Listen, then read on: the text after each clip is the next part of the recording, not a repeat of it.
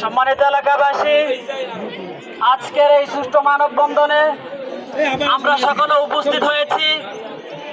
আজকের এই দারুল আরকাম ইসলামিয়া মাদ্রাসা এবং ৯ নং সমাজের পক্ষ থেকে আমরা আজকে দেশবাসীর কাছে একটি মেসেজ পৌঁছে দিতে চাচ্ছি।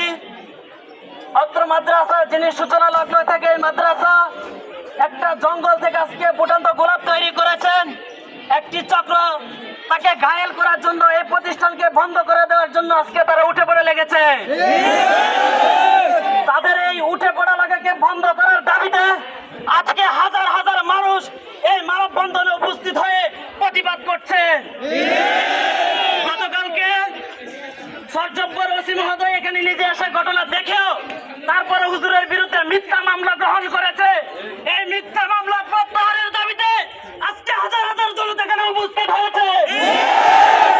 অতি সত্বর ওসি মহোদয়কে জানিয়ে দিতে চাই, যদি আপনি আপনার গতি ঠিক রাখতে চান তাহলে তার মিথ্যা মামলা প্রত্যাহার করে হুজুরকে আবার জায়গায় ফিরিয়ে দিয়ে দেন।